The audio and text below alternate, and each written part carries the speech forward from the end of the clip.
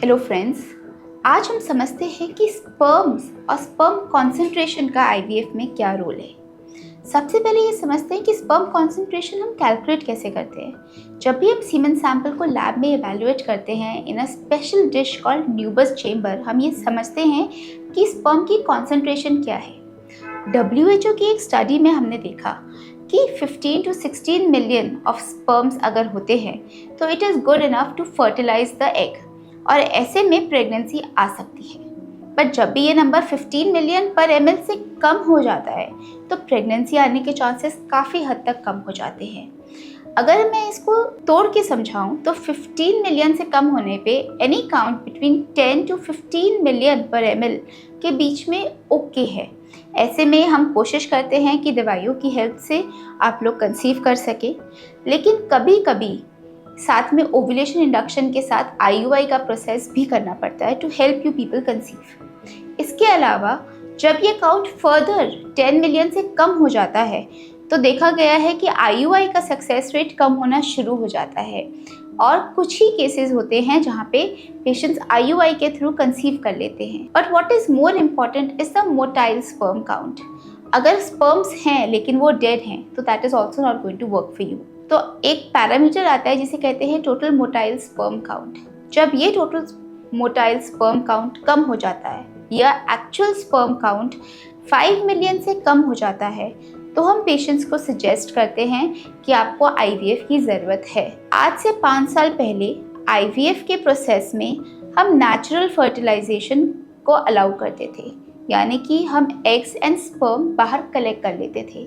इसके साथ स्पर्म्स को एग्स के आसपास रिलीज करके डिश में डाल देते थे और उनको ओवरनाइट लैब में रख देते थे, तो ऑटोमेटिकली नेचुरल सिलेक्शन से एम्ब्रियोज बनते थे। आज हमारी प्रोसेसेस चेंज हो गई हैं। लैब में जो हम प्रोसेस करते हैं स्पर्म्स को और उसके बाद फर्टिलाइजेशन करते हैं, उससे पहले हम एक इम्पॉर्टेंट स्टेप करते हैं जिसे कहते हैं ICSI, intracytoplasmic sperm injection.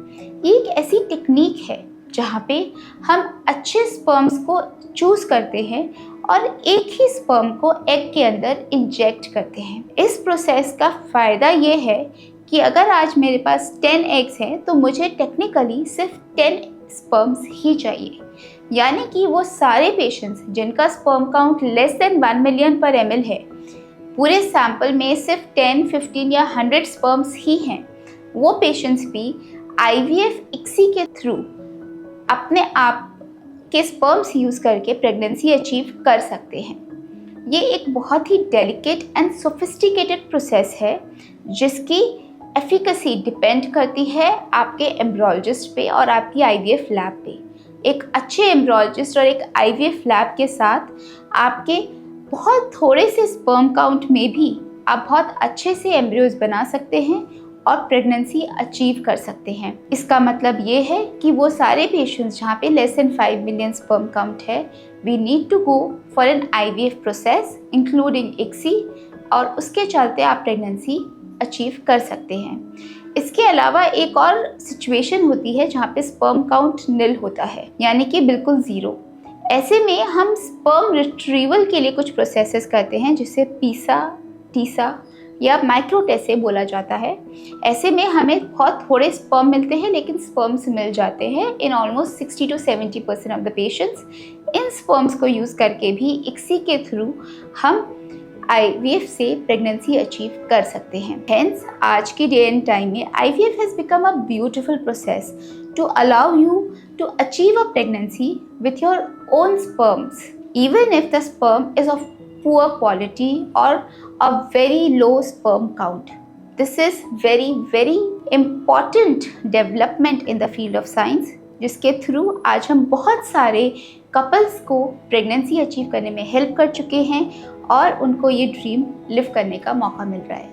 I hope इससे आप लोगों को भी कुछ उम्मीद मिली होगी और मोटिवेशन मिला होगा IVF को चूज़ करने के लिए और IVF की इस जर्नी पे बढ़ने के लिए। बट आई एम श्योर आपके इसको रिलेटेड बहुत सारे क्वेश्चंस एंड क्वेरीज होंगे, so feel free to contact us on a given toll free numbers और at a centre close to you and discuss about your own personalized treatment plan with your doctor. After this, take good care. Thank you. Book a free consultation today.